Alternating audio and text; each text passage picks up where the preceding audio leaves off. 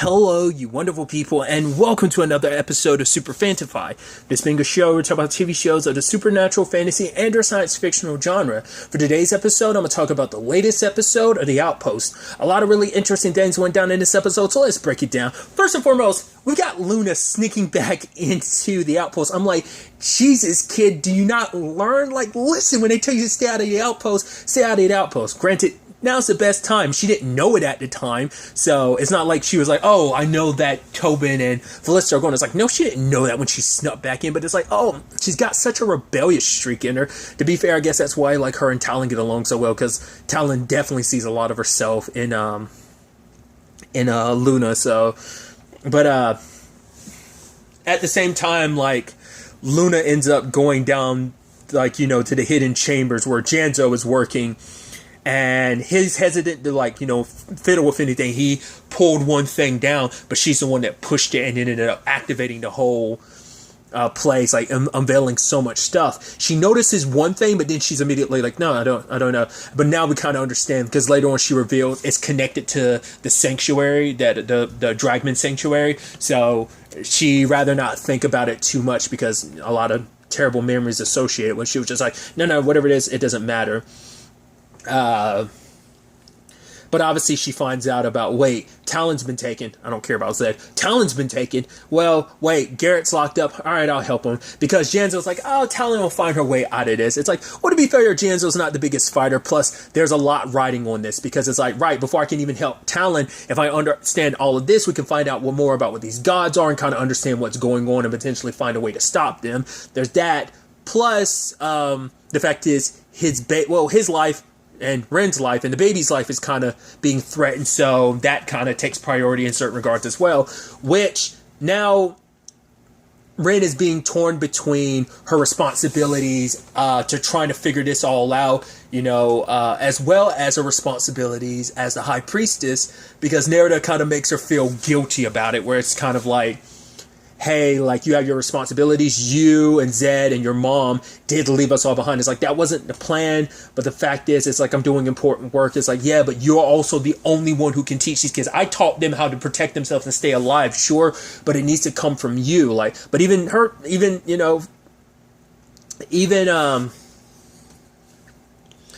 Ren is kind of like, I'm literally just learning this stuff myself. Like, what can I teach them? And it's like, fine, I will. Which, you know, Janzo misspoke, but basically being like, oh, you're letting them distract you. And she's like, they're not a distraction. And he's like, that's not what I meant. To be fair, it makes sense where he's coming from, because it's like, the teachings and everything, that's fine. That's Danny. Like, obviously you want to continue the history of your people, like passing it on to the next generation. That is very important. It's about keeping your people alive in some shape or form. But at the same time, we are talking about the Skevakor, which is supposed to be the end of the world type of thing. So, like, that does take a little more precedence of her, like, yeah, like, the Black Blood should be just as much invested in this, because this could be potentially the end of them as well. I mean, especially when they're, like, already on the verge of extinction. But the moment she heard that, it's like, oh, it's Janzo's baby, you can tell, like, this look on Nera's face being like, wait, what?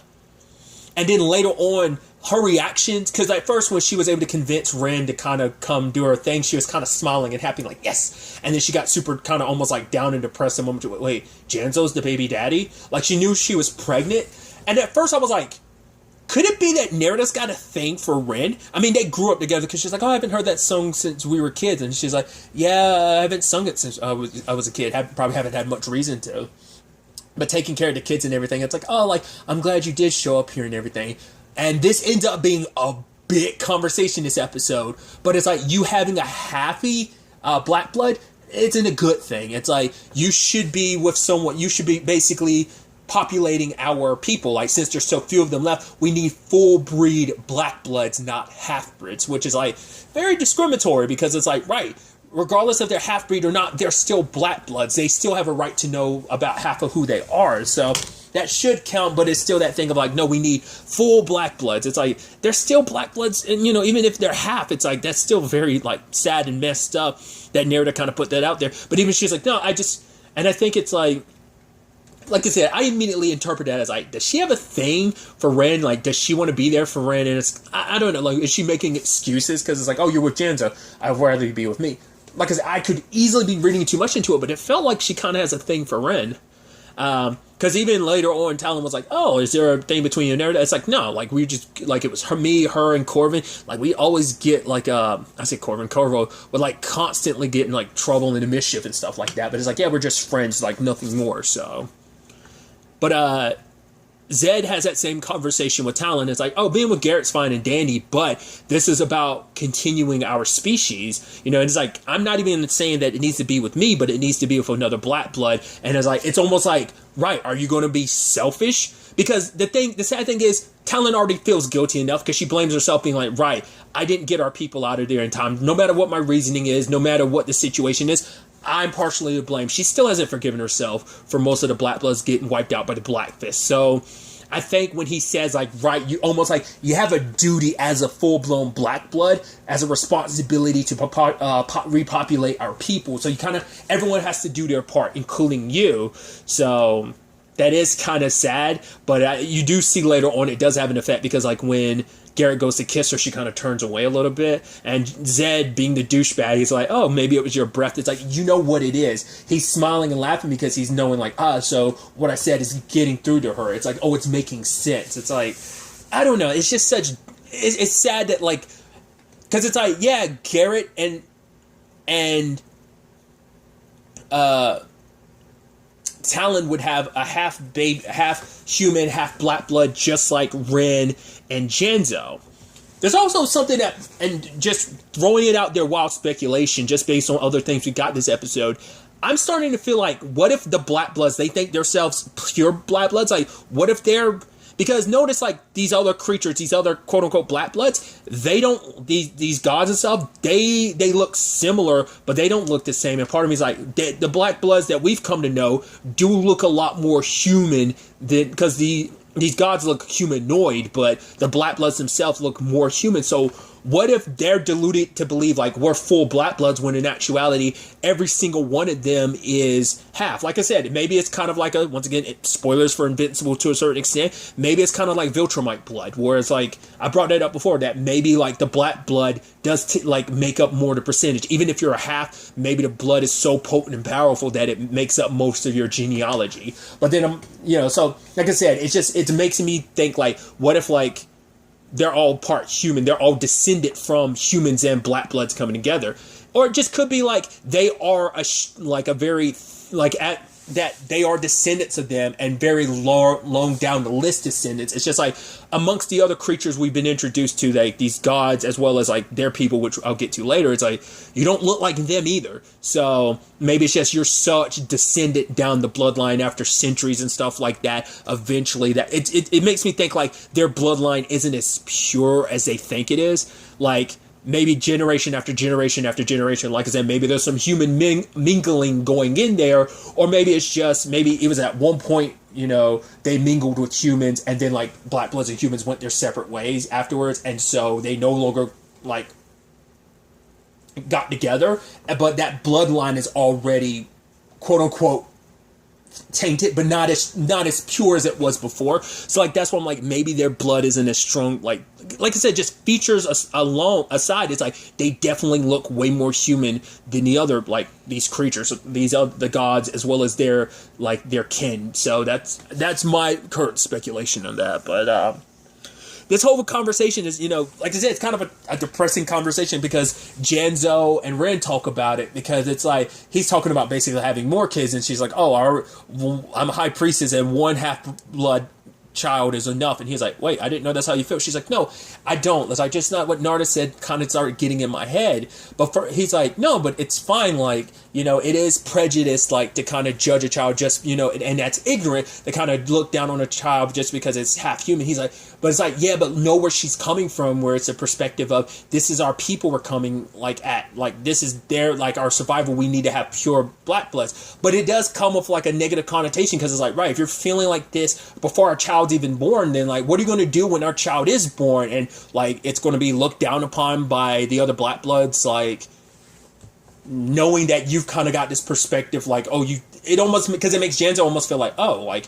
you would rather be with someone else, like, oh, I've kind of ruined your child by making it half human because I'm human. Not what she meant. It's just she is kind of confused, and she's torn in a way where it's like, the fact is that she, like Talon, has an obligation to continue their species, but she's diluting it with human blood. So, you know, it's a lot to think about. You can understand that perspective, but at the same time, I'm like, no, like, you're continuing the black blood line. Yes, it might be thinned out, but it is still there. Your species may not be extinct, but I think it's going to be to the point, like, right, generation after generation after generation after generation is going to get so thin that maybe, like, oh, this person's 3/4. Oh, this person's 7/8 human, 1/8 black blood, and to the point, like, right, eventually it's almost like not only will the black blood cease to exist as a people, but also like everything that they are will kind of eventually fade from history as well. Kind of like how it kind of has been like how there's literally nothing about black blood's history here on Earth except for like the little bit the blacksmith was able to find. So that, you know, the wolf, like, other than that. So I just thought that was such a fascinating element to it all. But ultimately, Ren and Janzo ended up finding the going deeper and looking at those doors, and one ended up getting cracked open by like a branch that grew out. So it's just, I guess, maybe you need the Scavacor to like awaken all of them, like to open. Maybe those can only be opened like that, because that one just happens to be open just because of tree root, and so it ends up being almost like a cocoon. So it makes me wonder, like, do black bloods, can they technically go into hibernation, or is it just this specific, you know, maybe ancestors of theirs that can do that? I don't know. But then I'm starting to think, like, well, when you look at certain qualities, like the horns on their chins, or like those things on their chins, they kind of remind me, it almost feels like something you would see from an insect. So it makes you wonder, like, well, because it's interesting, because like the Lakiri are very like bug-like. So I'm wondering, is there like something there in that regard?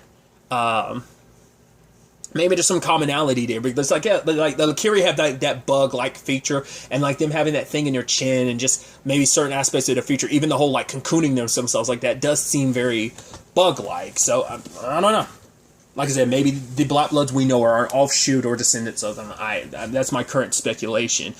But luckily, Janzo was able to help that one. I love when Mutt ends up opening it. He's like, he backs up, and he's got goo in his hand, and Ren touches it, and she goes, ugh, like that facial expression. And even when they ended up saving the guy who was having trouble breathing, he coughed a little on Ren, and she was just standing there like, almost like, she just was frozen because she was just so disgusted. But it's like, Mutt's like, oh, are you going to cut him open? He's like, no, like, I'm going to take care of him, because he could give us so much knowledge about who and what he is, and he deserves to be kind of treated properly. And that made Ren go confront Nerida, as well as everyone else that has issue with the High Priestess having a half-breed, you know. And it's like, right, we should love this child the same, like any black blood child should be loved, and mine will be no different. So if anyone's got an issue with it, get over it, you know. Once again, Nerida's kind of got that look of like, I think it's just like she didn't mean to hurt Ren's feelings, because I think she cares about Ren, but she is trying to look after the people like she did. Like, she looked after their children, and I think, you know, that kind of fell on her, and she's just trying to make sure, hey, our people need to survive. Like, if we don't do something, this could be the end of our blood. Like, this could be the end of the black bloods as a whole, you know? I mean, there's already been people like the Prime Order, as well as the three, like, trying to wipe out black bloods to begin with, which I think is so ironic, considering the three, like, worship gods who seem to be connected to the black bloods. So I mean, you would literally adopt it, something that is connected to the black bloods, the whole Kinjis and everything, but also like their religion. That's what's like so jacked up. I mean, I think wiping out, well, no, because wiping out the black bloods was it? I was about to say, was that just God, what's his face's Dread? Was that just Dread's thing? But it's like, no, that was the three's decision as well. So once again, I find the irony behind that, which once again, too, kind of got her comeuppance with them killing her in the process to set her Kinj free, which that awakens another guy, which I was like noticing. I was like, okay, so that gives us a totality of 5, because that's also the thing of like, okay, so there's 2 missing ones, and I was figuring, I was like, is it going to be Zed and Talons? Turns out it totally is, because the other ones are the one inside of Felicity and the other one inside of Tobin. I just find it fascinating, like, the white and black Kinj, I guess they weren't too far from each other, but they weren't exactly in the same place. Yeah, those 3 were in the same tombs. Because I know the one from Talon is most likely going to be by itself, because it's like, yeah, like that one in particular is considered the betrayer, so like you didn't get the same proper burial, I'm sure. Like it seems like I said, I think like maybe Black Bloods and humans united to like seal them away. I don't know. Like we still haven't died. There's still a lot to their circumstances and history that maybe we'll learn more about over the course of the season, rest of the season. But they're still an enigma. Like so much we don't know about them. But we do have like the Green Kinged God waking up and proceeding to not only steal people's souls, but even like life in general. Like I don't think we never saw two do that. She always just like stole people's souls, but never just generally life. Like I said, like unless they're in the original bodies, these Kinges seem like they have like they share the same. They have their powers, but their powers are always like weak in a weakened state when they're in someone other than their original body. The original body is when the full potential comes out. Because I mean, maybe two could always do that, just never could because as a human, there's a limitation to it. But it just seemed like, oh, like this time, like the creature ended up drawing out life and like from not just people but like the environment because we saw trees withering and dying as well. So, but also we showcase like what the White Kinge is capable of doing. Even though it never did any of that before, like I said, like in human bodies, they can't bring up the full potential of what. Because that also begs the question, like, what is everyone else's Kinge like? Like, does that mean like the one that Zed has, like, when given the opportunity, that particular god could like mind control multiple people? Because it doesn't seem like the White Kinge has. I mean, at least to some extent, doesn't really have that. I guess that stems like because. That one in particular has like the souls. That's what it needs to Scavengor to awaken its people and return their souls to them. So I guess that's what the White Kinge was more so about. It was about souls rather than like getting control of people's mind, because that does seem like that would belong more with Zed's. But also like what will the one inside of Talon do? Like it opens a portal, but beyond that, like what else can that do? We're already seeing like the power of what Fellistus can do. Like that's only a fraction of it, and the fact is Tobin's can teleport. So what else are these Kinges capable of when they're in their original bodies? Opens up that line of questioning as well. But so it's gonna be interesting to see more on that front about that creature. Luna rescuing Garrett, and I love her being like, oh, like come on Garrett, like just try, like she's almost like an annoying little sister to Garrett a little bit. I think that's so fascinating, and just her being like you know like, oh, like she's just kind of chastising. He's like, thank you, please get me out of here. And it's like he's like, oh, like you're a lot more caring than you let on. And she proceeded to kick that other dude's ass and ended up taking her jewels back, and it's like, you greedy bastard, and they bounce and they leave. Before this, like, Talon and Zed are trying their best to, like, reach out to Tobin. But Tobin kind of explains it later on. Like, he's so adamant about trying to save Fallista, and because he made the promise of, like, right, let's go to the gods, because he thinks, right, they'll take our Kinges, and then we'll finally be free. We'll have everything we wanted that way, but...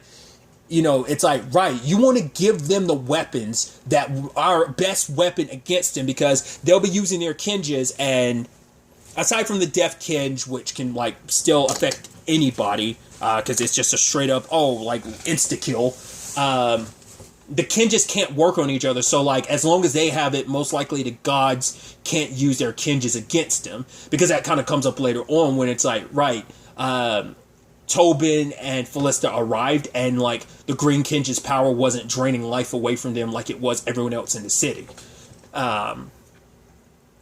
So it seems like she's in a constant state of like absorbing life in that place. So any humans without Kinges step in that territory, they're slowly having the life force drain from them unless she like keeps it like absolutely focused. She's not going to drain everything at once, but everyone was starting to feel effects except for Fallista and Tobin. So that is the ultimate defense against whatever they have. Like I said, with the exception of the Black Kinge.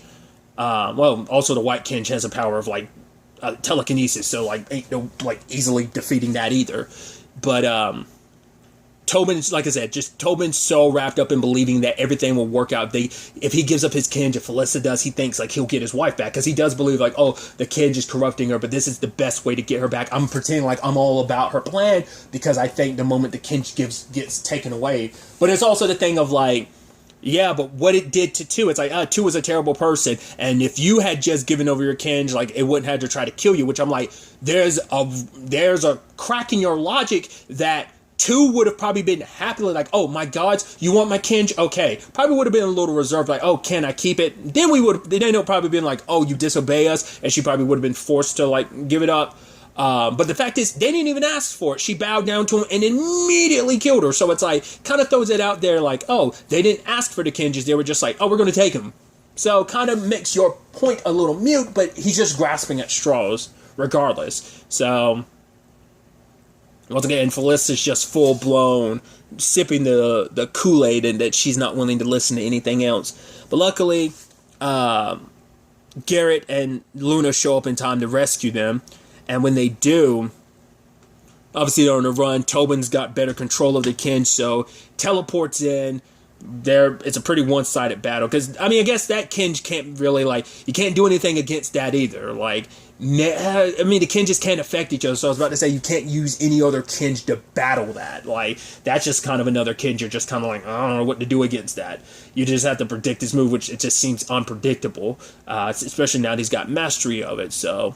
But at the end, he's just kind of like, you turn against me, you're supposed to be my friend, which Garrett's like, everything I've done has been to help you, Tobin. Like, why can't you realize that? Like, you can't go with Felicity, but for him, it's like, this is the best option. Gives Garrett the ring and says, you should lead the, out this way, you have the authority to kind of lead the outpost. For him, it's just like, he was probably planning, like, once him and Felicity are free, they were going to disappear. Like, the whole point was just to kind of live a normal life. But it's like, even without the red kinge, would Felicity willingly give up her throne? It's like, I have it now, I'm not going to give it up. So, after that, their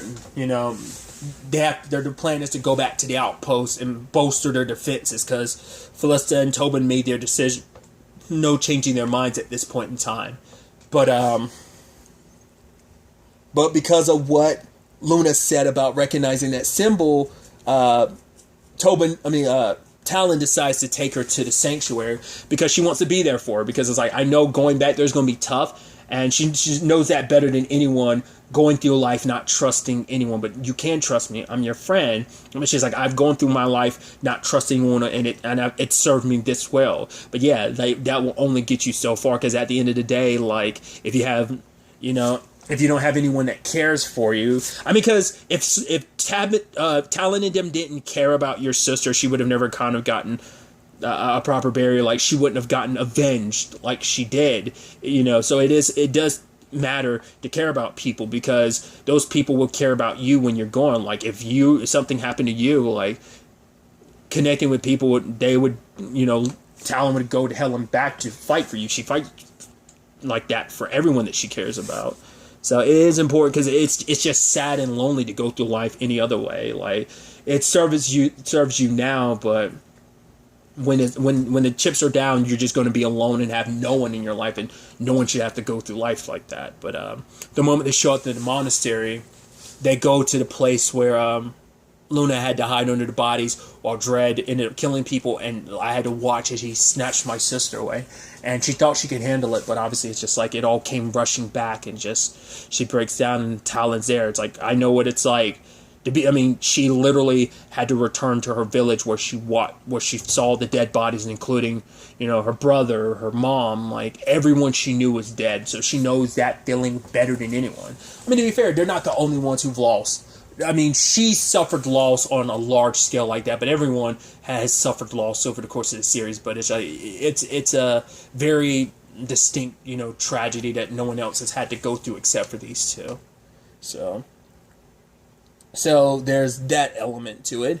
And then, like I brought up, Tobin and Felicity before the gods, and it's like, the fact is, it's like, right, we need you to awaken our siblings. Well, our brother and sister, and other brother and sister. I'm like, okay, the kinges are glowing. I'm like, is it going to be a simple, like, oh, let's yank this out? I'm like, that's not, like, someone that commented, like, Felicity's probably going to, like, have a wake-up call the moment stuff goes super bad. Granted, seeing those dead body didn't change anything. It's like, oh, like, no, like, our gods, blah, blah, blah, blah. And I'm like, in the back of my mind, I'm like, Tobin's going to die again. at first I was like, stuff is going to go bad. They're going to try and like take the Kinjis by force. And before they could, I thought like Tobin was going to, like, he can teleport himself, but I thought he was going to grab Felista and teleport her away. I wonder, would that kind of be null and void because she has a Kinj? Like, would that make it impossible? Because I mean, it seems like it's a personal teleportation. Once again, maybe once it's in its original body, the Kinj will have the power to like full blown teleport anyone anywhere type of thing. But I was wondering like if he'd be able to do that and end up sacrificing himself, and then Felista will have her wake up call of like, right, she lost Tobin again, and this time it was on her. Well, I'm sure she already feels guilty about like, right, he died protecting me, so I think there's that element to it. But I think so. I'm wondering like, would this kind of like drive her even further over? I don't know. Is it just going to be a peaceful, like, oh, give your Kinjis up? Or is like, no, your Kinjis aren't going to leave you. If they leave you now, they're just going to go to a body. So we need to destroy your bodies, and that will lead to the Kinjis going back to the way they are, because that's how it has to operate. And then maybe that's going to change everything. But then if Tobin tried to run with Felista, she's like, what are you doing? The gods, we have to go back to them. So maybe even then she'll still be sipping the Kool-Aid. I'm really interested to see how that plays out. It's a very nice cliffhanger to end it on. Like, is that going to be a peaceful, like, I'll hand over to Kinjis? And even if that's the case, you're going to be subjugated. You're not going to be taken care of. I mean, you'll be taken care of, right, in the sense of, like, oh, we're going to kill you humans because we want to, like, raise our kin. Because, as Janzo pointed out, there's, like, thousands of those doors, and I'm sure there's one of their kin behind each one, as she has all those souls. So, raising an army... You thought Yavala was bad enough, like, kind of almost probably a worse version of that. Because at least with Yavala, that army, well, was slowly dying over time. This is not going to be the same circumstances. So why that one in particular has the souls, how that whole thing works, hopefully we'll get answers to all of that in the next episode. It's definitely going to be interesting to see how this all plays out. But really, that's all I'm going to talk about. Till next time we meet, be happy, be safe, live life to the fullest, and enjoy it. Good day, and goodbye.